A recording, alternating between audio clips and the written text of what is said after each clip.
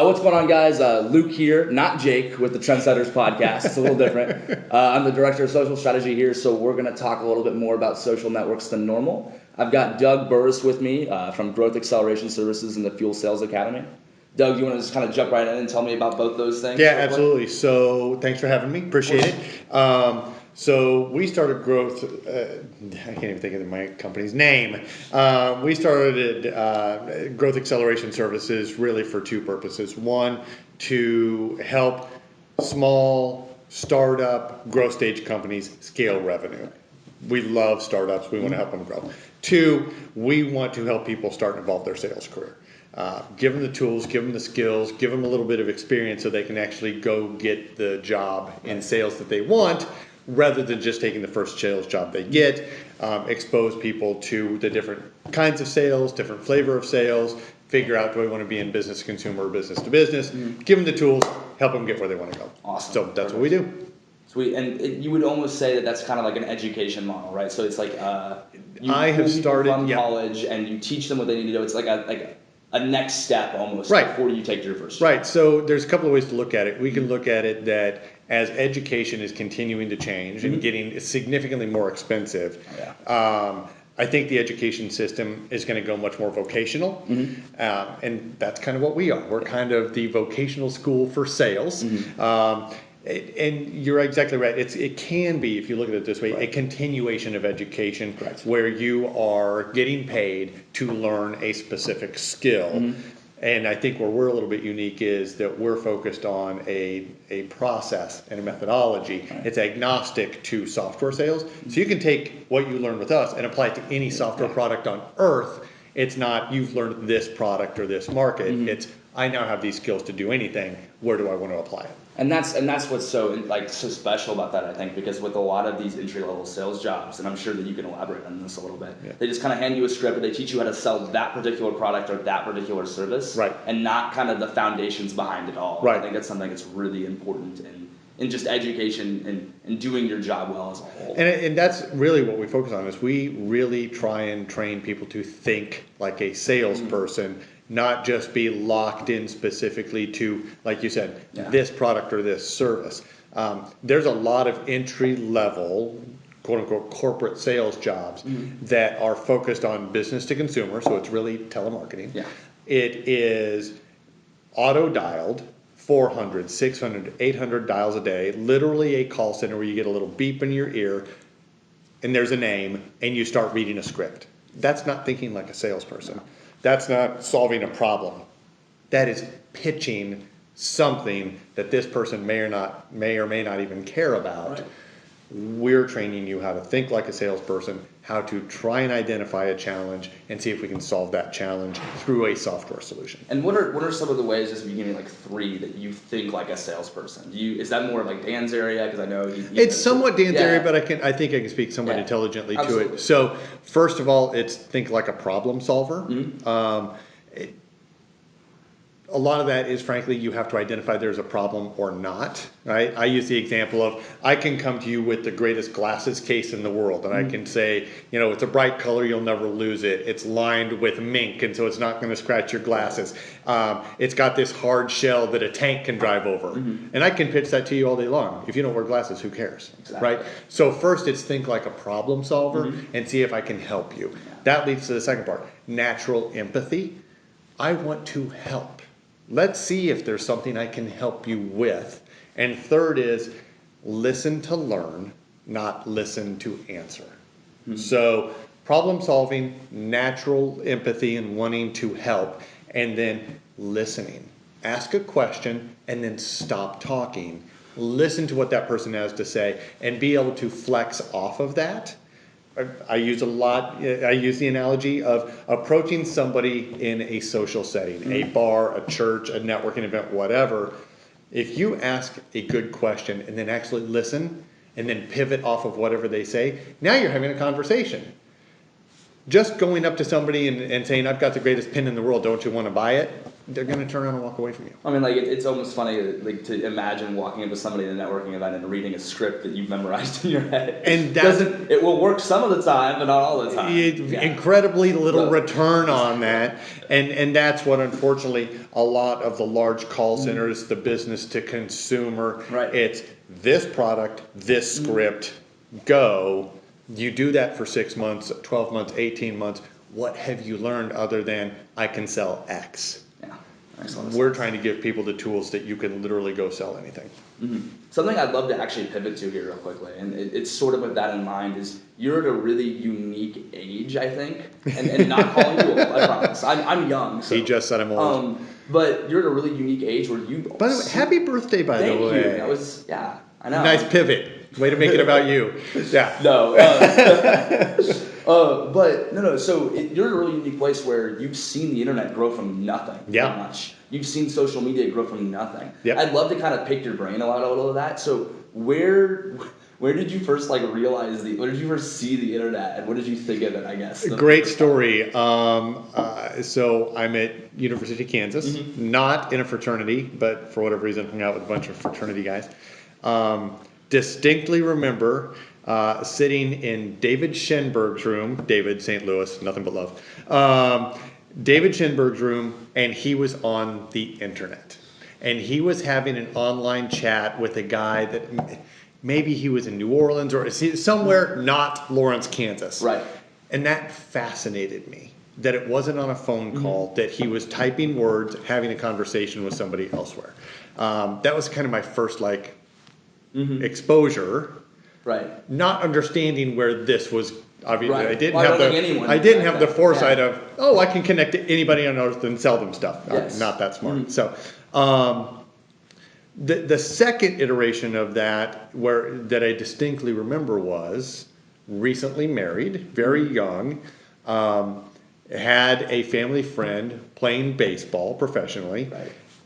Had the America Online dial-up CD that you probably don't even remember, youngster. No idea what that is. America Online used to send everybody in America a CD, and you'd put it in your laptop, and that gave you access to the internet. Okay, yeah, it was the dial-up tones and all that stuff. It was phenomenal. Yes, absolutely. So that's how you access. See, to give you preface, I grew up right when we got rid of VCRs, so it's fair enough. Okay, so literally a CD that would give you access, give you your dial-up tones, and then it was like $14.95. I don't remember how much it was. It was stupid. Okay, and remember watching Lee play baseball on the internet, and literally all it was you had a picture of the baseball field and dots that were moving around, and it wasn't live video at all. Yeah. It was just a graphical representation, and you had your pitch count and your balls and strikes and your box score and da.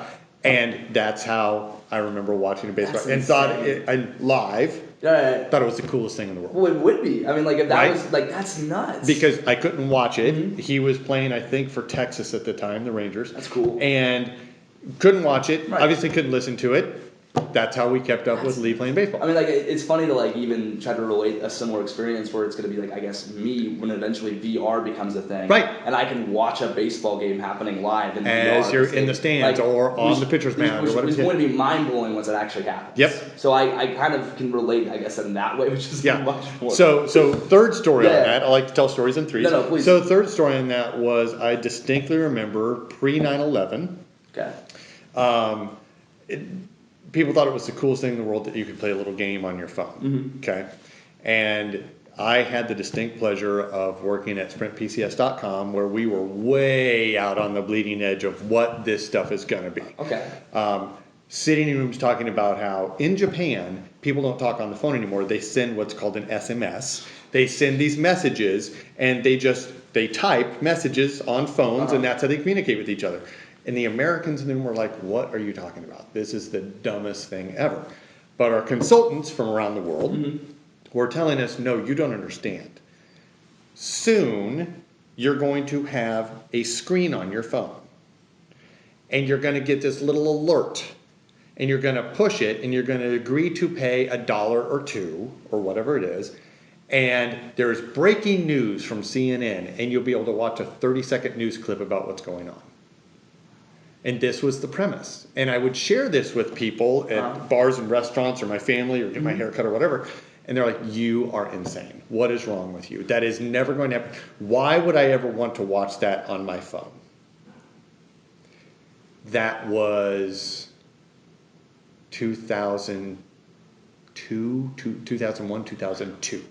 That's 18 years ago. That's crazy. And now all we do is watch stuff, including live, on our phones. You know, that's kind of like a fascinating point where the status quo can change so rapidly. Less than a generation. And nobody even blinks an eye. Right. And everyone was so against it up front. That's insane to think about. Yeah. So and not to like pull us too far away from the sales conversation, but even something like Bitcoin, right, where it's like everybody in the world is like, no, there's no way that's going to work. There's no way this is could. Like absolutely could. Anything like AR, VR, right? Like 5 years, that's mind blowing. Yeah. Because I don't contextualize time the same way you do because I just haven't experienced it as much. Exactly. And so it's crazy to like look at the dynamic. Wow. Yeah. That's fascinating. Yeah. So I guess to kind of piggyback off that conversation, what's the biggest change to sales that the internet and social media has? Access. Just easy. Yeah, it's access. It's access to information. It's access to, I mean, just think of the idea of LinkedIn, which is old, but only in the last 18 months has really been utilized for what it was originally intended, right? And now I have access to contacts within companies that I might want to approach from a sales perspective. That's a really hard lift because it's one at a time. But think of just contextualized algorithmic information about contacts in companies at a fingertip that I can contact. Think about how I can do now outreach on a branding or marketing strategy or informational strategy across multiple platforms to hit specific niche audiences within my target client base, or at least, right? So just think about and how that's getting more and more narrow, that I can try an email blast that we know nobody's going to read. Depending on my target demographic, if it's business to consumer, I can go out on Insta, Facebook, LinkedIn, whatever. If I really want to go young, TikTok. Right? But now take that aside and go business to business. Now we're crossing over of I can find those executives at a company and put contextual information in front of them in text or graphic format or video format. Okay?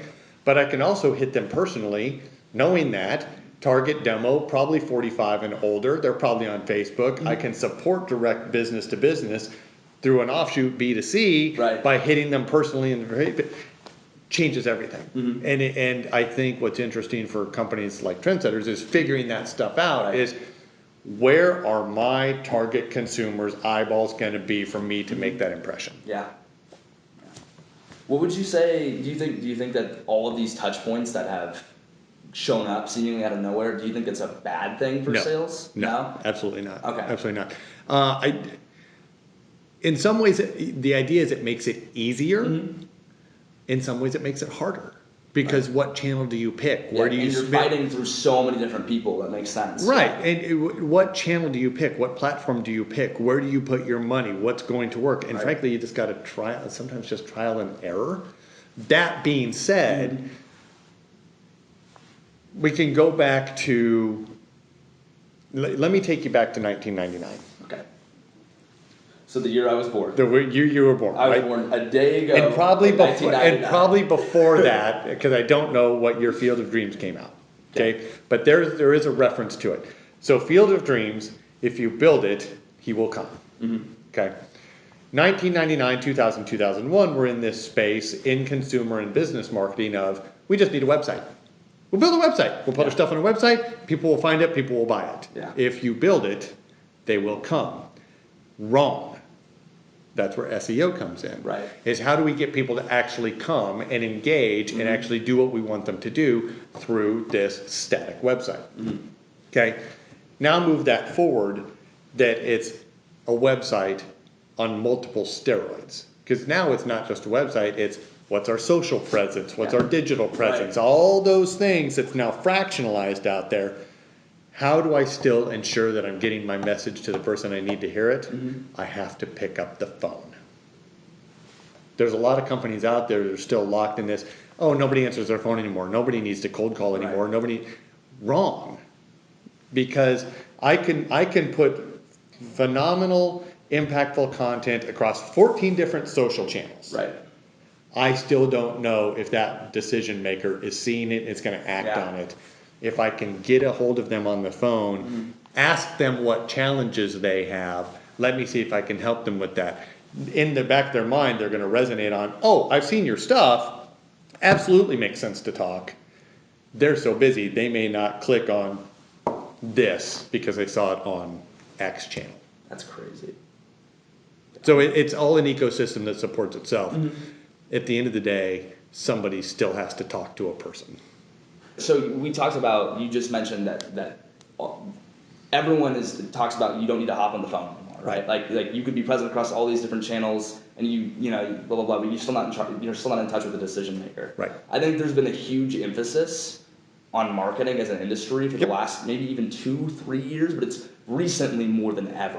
Where it's the marketing guy is the cool guy more than anything else. How do you feel about that image as being portrayed, and like, do you think that it's negative? It's not negative at all. Okay. I think it's don't take this the wrong way, marketing guy. It's a necessary evil from the perspective that the consumer eyeball is now pulled in so many different directions, right? Other than the Super Bowl, who watches television ads anymore? You just fast forward through them. And so it's really hard. So that moved into product placement and blah, blah, blah, blah. We can go down that rabbit hole a long ways. But even with the idea of television, which one? Is it broadcast, ABC, NBC, CBS, da-da-da? Is it Netflix, Amazon? You know, all of these different platforms and channels are drawing our eyeballs in all these different ways. So where do I put my content and how? Okay, now social. Okay. So I think marketing is enormously important because somebody has to understand, if for nothing else, brand awareness. And where can I get recognition? I mean, it's the political, yard signs. It's recognition of a logo, a brand, something. But that still does not necessarily intrigue me enough to go investigate, poke through, click through, what product, do I need this? Particularly in a B2B setting. Right, B2C is completely different animal.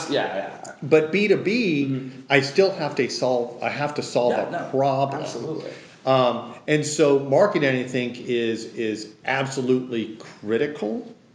But I think where people get lost is we're going to pivot into the education side of it. Marketing is not sales. Right.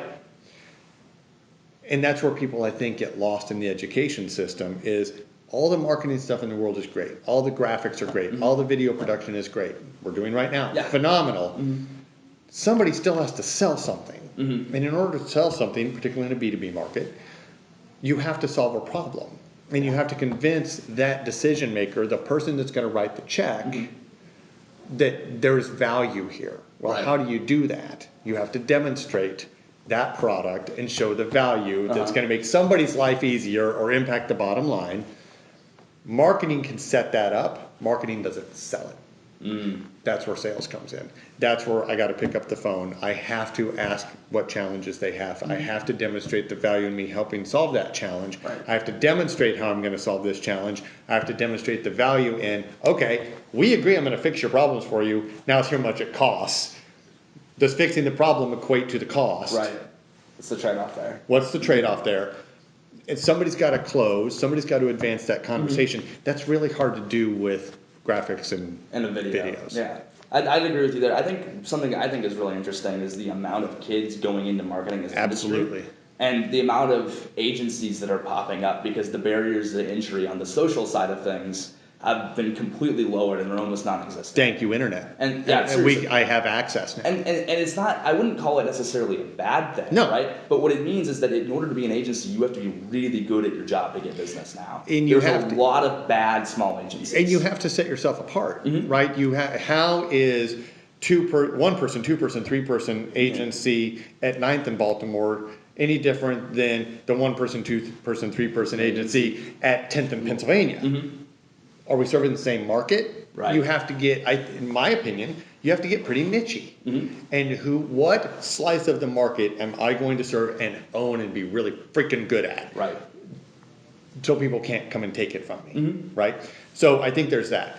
I think there are, and I've had these conversations a lot, thank you for dovetailing this for me, with a lot of, I'm 51, so kids, that are within a year of graduating, either have not yet or recently have, that went and got a marketing degree. Because marketing's cool, marketing's fun, cool, yeah. It's social media, it's, I can put stuff out there and people are gonna buy it and it's gonna be really creative and fun and I get to work in a cool office with a dog and a giraffe in the parking lot and all that stuff, right? Awesome. Here's the problem. I'm gonna use a round number and it's probably a ridiculous number, but every May, 10,000 kids come out of American universities with marketing degrees. Actually, I think it's pretty close because 180,000 are business majors. Okay. So it's right in that. So some round number around 10. Yeah. Okay, fine. How do you separate yourself? Exactly. I've talked to way too many that have not done, they've done some special classroom projects, but didn't do any internships after their freshman, sophomore, junior year. They don't have any really relevant real world experience. They can't talk to, I did marketing for a local music festival. Great, what'd you do? I posted pictures. Yeah. I posted pictures. I created a flyer. Great, how did that impact ticket sales? Oh, we don't even know yet.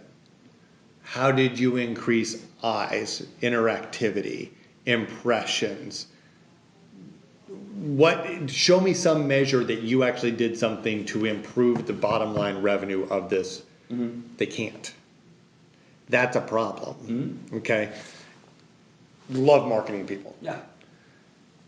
10,000 come out. How many entry-level marketing jobs, and I'm going to speak to on my market, how many entry-level marketing jobs are available in Kansas City every June 1st? I actually have no idea, and I'm really interested. Probably really freaking few, Yeah. is my point, right? Maybe 20? Yeah. And how many hundreds? From KU alone. KU, I could name 20 off the top of my head UMKC, that I know. K-State. So then what? Yeah. Okay, well, I'm going to go to a bigger market. Great, so you're going to go compete against all the kids in Chicago that just graduated from Northwestern that already have all the contacts there? Like, are we thinking through all of this? Right. So It's a really valuable conversation to have with kids. And if you want to pursue marketing because you're all about it, great. Make sure you're getting some good relevant experience outside that campus and classroom.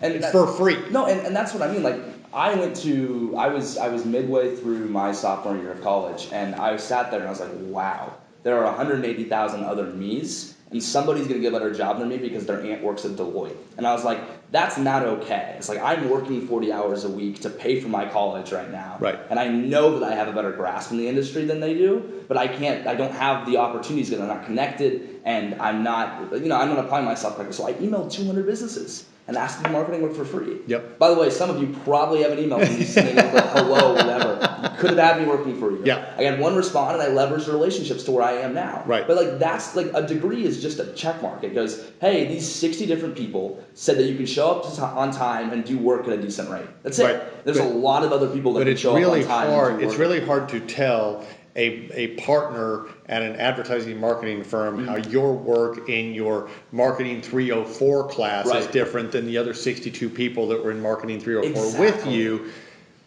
where I would be a hell of a lot more impressed if after my freshman year I went and did social media marketing as a freelancer for 3 different lawn care businesses in Kansas City, and I increased their customer rate X. Okay, great. Or I increased follower count by this much. Whatever it's still a KPI that you can, exactly. That you can speak to a real relevant business result. Exactly. After my sophomore year, I did a free internship for 45 days at Barkley, and I worked on this. Awesome. Yes. Great. Real relevant experience. That's a hell of a lot more value. Doing social media for a bar is not necessarily real relevant experience. Unless you can say, Unless you can when I track came the in, impact, yes, yeah. Tubby's had If we ran a 447 promotion, followers. yeah, that Right. I created, and then exactly. Right, That's and what when we're talking I about. left, Tubby's had 1,400 followers. I don't even know if there is a Tubby's, there probably is.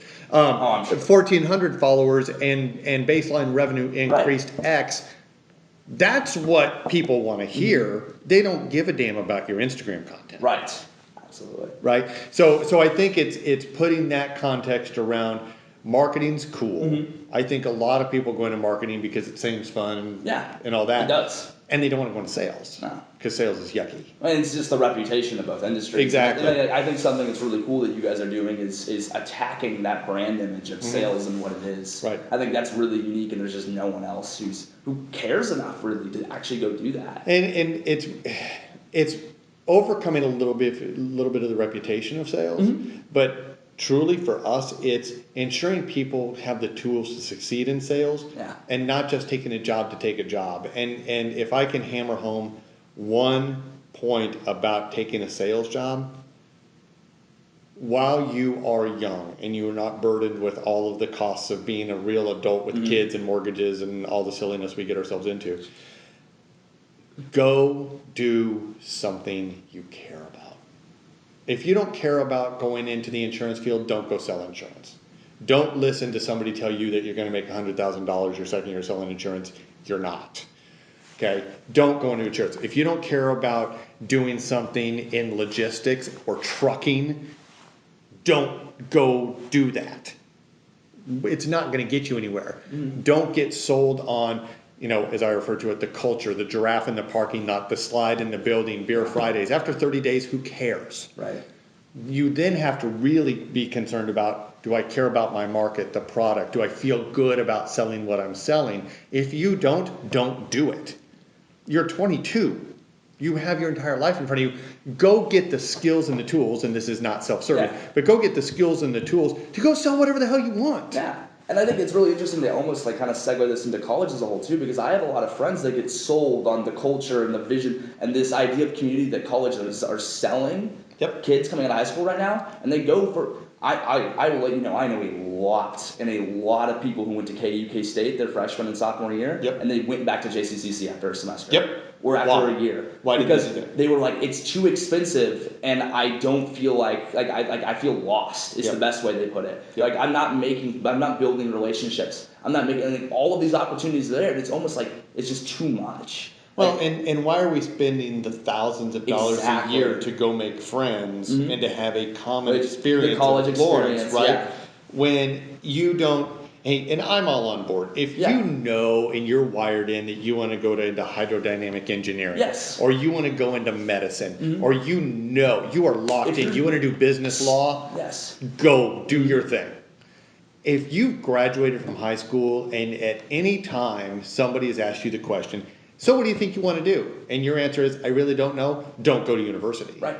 It's a waste of money and time. And hey, I'm on board with the, 50s, 60s, 70s version and narrative of you go to college to find yourself, not to come out $130,000. No, not at all. Right? The way I explained this to people was like the market price of college is community college. Yes. That's what people were willing to pay, and that's what the college needs to charge to run all of its expenses. Right. So any price charged above the price of community college is a premium. And so what's the added benefit of the premium? Right. And in my opinion, unless you go STEM right now, that premium's not worth it. That extra cost per credit hour is not. I would caution you, STEM is really dangerous because if you think that a monster university can keep up with changing trends in technology, you're behind already. Focused on application development, software development, that world, engineering, different world. But going down that world of technology development, if you think universities can keep up with changing trends, you are wrong. I know people who've gone through a 6-month program and gotten a job at Cerner because they knew how to code. People are making silly decisions based off of the brand of college, and I wonder how long it takes for it to catch up. Because I feel like we're close. I think it's catching up. I think it's right really now, close. and I think it all comes down to cost. And I think it's flipping that narrative. It's going to be really interesting to see, and it could have a monster impact on real estate. I mean, it's going to have an impact on a lot of stuff. There's a huge bubble of student debt. Monster bubble of student debt, plus a monster bubble of the amount of money that's been invested in tenured salaries, real estate of college campuses, the lift and spend in building dorms, and that, I mean, all of the cost. Where's that going to go when people stop coming? And that revenue is not coming in tuition anymore. And that's where I kind of go back to that vocational idea. Yeah. You're spot on. The value of education is at the community college, junior college level. And I think that there's a hidden trend in that of, it's not just about the dollars and cents, it's about the value of the knowledge and education I want. I'm sorry. I don't think there's a hell lot of call for people to go take Western Civ 1 and 2 at KU right now. Nobody gives a damn. Kids want to go learn vocational, what matters, practical, applied stuff. I want to do social media marketing. Cool. Tell me how to generate impactful content across different channels. I'm not going to learn that by taking Western Civ. ancient Civ. The funny way I relate that to people is like, it's not like you go to community college and they go, all right, we're going to learn about the American Revolution, and it started in 1776, and at this price point, that's all we're going to tell you. Like, they don't teach you any less for the price you're paying. In fact, I would argue some community colleges teach you more than universities. 100%. And so it's like, where's the trade-off now, man? Like, the connections you build in the digital world where you can go DM 500 people who are close to somebody you want to work with and have the opportunity to work with them. In the digital world, you don't need to go to college to build those connections, but you can just do it through your phone. Well, and I'm going to use the American Revolution as a great example of that. I would argue that 98% of Americans probably need more intelligence around the American Revolution and really what it was. Yeah. I would say that 98% of those people probably learn everything they need to know by watching Schoolhouse Rock. Get the basic knowledge of this is what it was. If you want to go teach history somewhere, man, deep dive. Go all in. Understand the nuances of political, socioeconomic trends in the late 1700s and why this all came to be. Great. Awesome. Most people need to understand what it was really about and move on. Yeah. I think so too. Okay, so that's what I mean, and I could go down this rabbit hole. And to your point, this thing coming all the way back around, you said I'm at a unique age because I have seen everything. The birth and growth of the internet, the birth and growth of social media, et cetera, et cetera. The change in content consumption in the last 5 years is ridiculous if you think about it. Okay. I mean, from Netflix sending me DVDs to going to a Redbox to get a DVD to watch to now, that's the stupidest thing ever. I can just stream it on any device that I want at any time. You want me to blow your mind? Gaming's about to start streaming too. 100%. Yeah, have you Absolutely. seen the stuff with that? 100%. Google's got a program called Stadia that they're working on where they just have all of the games on a server and you can just pick the game and the game runs on their own server and you just stream it to whatever laptop it is or phone insane. you have. I mean, the idea of Twitch and the idea of where Google is going on this and selling out arenas in seconds to watch other people play video games. It's going to be huge, man. Mind-blowing. But to put all this in context is 51 years old, and I think I have the advantage of having a 14, 16, and 18 I would year old, argue that you are much more in tap with everything going on than almost anyone else your age I've talked to. But and I appreciate that. I try really hard to keep my fingers on the pulse of all that stuff. But I think people are kind of missing the point generationally of helping the next wave of employees get to where they want to go. Understanding how to lead and manage, understanding how you consume content, understanding how you generationally are motivated, understanding it's not about the paycheck, it's about the opportunity and what can I learn from you and who's going to mentor me and guide me. Those are infinitely more important than, in a lot of 80-20 rule, than the first paycheck. Right. Okay? I've had this conversation with people who look a whole lot more like me than they do like you. Yeah. Business leaders that all they do is complain about the millennials, the Gen Zs, work ethic. Yeah. All they want to do is be on their phones. They want flexible work. They want to work from home. Complain. And I tell them, to a person, here's the deal. You can stand on the beach and you can yell at the top of your lungs at that tidal wave that's about to crash on you. You think yelling at that tidal wave is going to make a damn difference? It's not. The tidal wave of talent that is coming is Generation Z. It's millennials. Millennials are already here. Yeah. Okay. Gen Alpha, man. Gen Alpha. My 10-year-old brother is coming. You have to lead them differently. And that is your workforce for the next 20 years. Yeah. Deal with it. And understand, I had this conversation this morning with an amazing young man who served 4 years in the Navy, did really cool stuff in the Navy, entrepreneurial background, started 2 businesses, bootstrapped them, trying to figure that out, is looking for an inside software sales job, and is getting rejected because he doesn't have a college degree. And I told him, I want a list of names, because I'm going to go slap the crap out of every one of those people that are rejecting you. Why in the hell do you need a college degree to sell software? You don't. Here's a guy, 18, joined the Navy, 4 years, came out, entrepreneur, selling stuff of his own volition, just wants an opportunity to learn how to do it better and sell software, and you're saying you're not qualified? Well, it's just I think Get out. I think the HR people have their qualifications. Well, they've got their someone told them something, someone told them. It's no one to blame. It's just like the system's in a bad place. I can do 2 hours about the pitfalls of recruiting, but in the algorithms that are scraping through resumes, looking for keywords that aren't reading between the lines, and we don't have the emotional maturity knowledge to read between and see why this person's a great fit and why this person's not based on, it doesn't say Bachelor's Science University, and that's not what's getting picked up. Yeah. And I could do an hour of telling people how to get around that. It's called put stuff on your resume, put it in white font, it gets picked up electronically but by human eyes. Just saying. So, it's also a little unethical, but. So, that's what I mean, is when you're at 3% unemployment, you don't get to be really choosy on some things. You just find the right human that you can coach and hire them. When there are millions more jobs posted on Monster, Career Builder, Indeed, LinkedIn that are available humans to fill them, guess who owns the market?